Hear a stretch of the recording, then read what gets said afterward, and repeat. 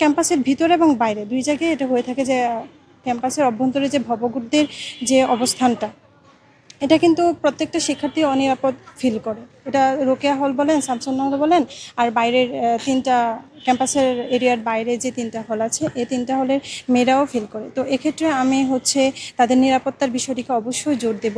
সর্বোচ্চ জায়গা থেকে শিক্ষার্থীদের জন্য সর্বোচ্চ সহায়তা করার লক্ষ্যে আমি মূলত ভিপি পদে দাঁড়িয়েছি। এক্ষেত্রে নারীদের অংশগ্রহণের যে বিষয়টি আরও বেশি হওয়ার কথা ছিল।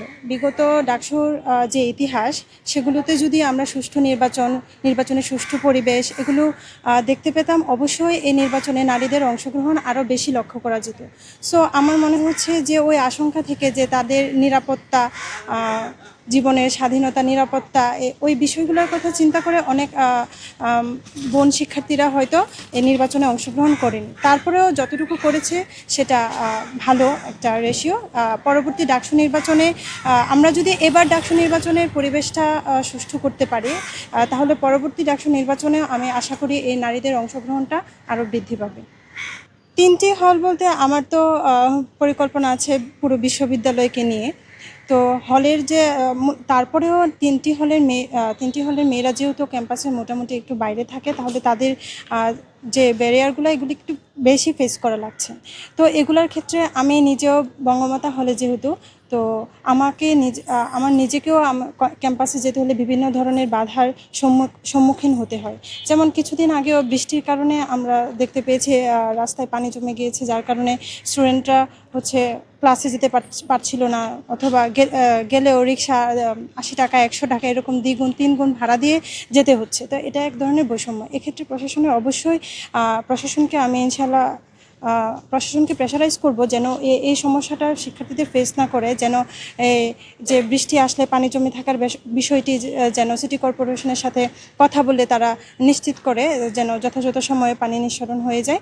এবং এটা ছাড়াও আর যে সমস্যাগুলো হয়, যেমন ক্যাম্পাসের ভিতরে এবং বাইরে দুই জায়গায় এটা হয়ে থাকে যে ক্যাম্পাসের অভ্যন্তরে যে ভবঘুরদের যে অবস্থানটা, এটা কিন্তু প্রত্যেকটা শিক্ষার্থী অনিরাপদ ফিল করে। এটা রোকেয়া হল বলেন, শামসুন্নাহ হল বলেন, আর বাইরের তিনটা ক্যাম্পাসের এরিয়ার বাইরে যে তিনটা হল আছে, এই তিনটা হলের মেয়েরাও ফিল করে। তো এক্ষেত্রে আমি তাদের নিরাপত্তার বিষয়টিকে অবশ্যই জোর দেব।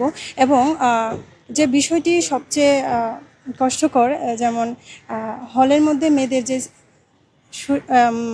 ভালোভাবে ঘুমাবে, খাবে, ওই পরিবেশটুকু পর্যন্ত নেই। এক্সট্রিম মশার কয়েল প্ল্যান্ট ফাইবার দিয়ে তৈরি, ডেঙ্গু, চিকুনগুনিয়া বাহি সহ যে কোনো মশার বিরুদ্ধে দেয় এক্সট্রিম সুরক্ষা। আমাদের হলে সিলিং ফ্যান নেই, অনেক হলে এরকম সিলিং ফ্যান নেই। তো এরকম মানবত জীবনযাপন শিক্ষার্থীরা করছে। তো আমি ইনশাল্লাহ এটা নিয়ে কাজ করব। এবং হলের ভিতরে আরেকটা বিষয়, যে এটা শুধু আমাদের হলে না, পুরো ক্যাম্পাসে আমাদের ক্যান্টিনগুলোতে যে শিশু শ্রমিকরা কাজ করে, এটা নিয়ে আমার ইনশাল্লাহ কাজ করার ইচ্ছা আছে। কারণ একজন সচেতন নাগরিক হিসেবে, ঢাকা বিশ্ববিদ্যালয়ের শিক্ষার্থী হিসেবে এখানে এটা আমার মানবিক দায়িত্ব যে তাদের শিক্ষা নিশ্চিত করা, তাদের সুস্বাস্থ্য নিশ্চিত করা, তাদের ওই পরিবেশটা দেওয়া। এখন আপনি বলতে পারেন তাদেরকে কাজ কেন দিচ্ছি, এখন হতে পারে তাদের পরিবারের ওই আর্থিক সাহায্যটা দরকার, এজন্য তারা কাজ করছে। কিন্তু এখান থেকে আমার উদ্যোগ থাকবে তাদের জন্য, যে বিশ্ববিদ্যালয়ের খরচে এবং বিশ্ববিদ্যালয়ের উদ্যোগে তাদের জন্য যথাযথ শিক্ষার ব্যবস্থা করা। ফলে শিক্ষার্থীরা তাকেই ভোট দেবে যে কিনা তাদেরকে প্রতিনিধিত্ব করবে। হ্যাঁ, এখন সর্বোচ্চ সংখ্যক শিক্ষার্থীদের প্রতিনিধিত্বের যে বিষয়টা, কে সর্বোচ্চ প্রতিনিধিত্ব করবে তাদেরকে। এখন দেখেন, আমি যদি নির্দিষ্ট একটা ধর্মীয় চেতনা লালন করি অথবা বস্তুবাদী কোনো চেতনা লালন করি এবং যদি সবার জন্য কাজ করার কথা বলি, তাহলে কথা আর কাজে কিন্তু আমার মিল হলো না। আমি যদি ওই চেতনা লালন করি যা সবাইকে রিপ্রেজেন্ট করবে, তাহলে আমি ওই অনুযায়ী যদি আমার কথা বলি তাহলে ঠিক আছে। এখন আমি যে চেতনায় বিশ্বাসী, যে মানুষ, মানবতা, মানবিক সমাজ, মানবিক রাষ্ট্র এবং মানবতার রাজনীতি, যেখানে সবার অধিকার, নিরাপত্তা, স্বাধীনতার কথা বলা হবে এবং সবাই সবার দল, মত, পথ সব কিছু নিয়ে নিজেদের মতো চলতে পারবে। এবং আরেকটি বিষয়, ক্যাম্পাসের সকল শিক্ষার্থীদের সাথে, আমি অনেক শিক্ষার্থীদের সাথে কথা বলেছি বা ব্যক্তিগত উপলব্ধি থেকে যতটুকু বুঝতে পেরেছি, শিক্ষার্থীরা ক্যাম্পাসে রাজনীতি চায় না।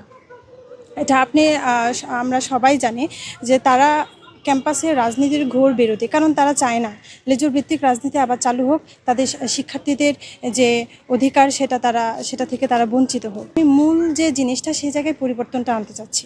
সেখানে হচ্ছে শিক্ষকের রাজনীতির যে ব্যাপারটা, শিক্ষকরা রাজনীতি করবে তাদের ব্যক্তিগত জীবনে, কিন্তু শিক্ষাঙ্গন সেখানে হচ্ছে রাজনীতি করার তাদের জায়গা না। তাদের এখানে শিক্ষক শিক্ষার্থী সবার পরিচয় হবে শিক্ষক শিক্ষার্থী। এখানে কোনো সাদা দল, নীল দল বা এই জাতীয় রাজনৈতিক কোনো পরিচয় থাকবে না। এখানে সবার পরিচয় থাকবে সবাই শিক্ষক, সবাই শিক্ষার্থী।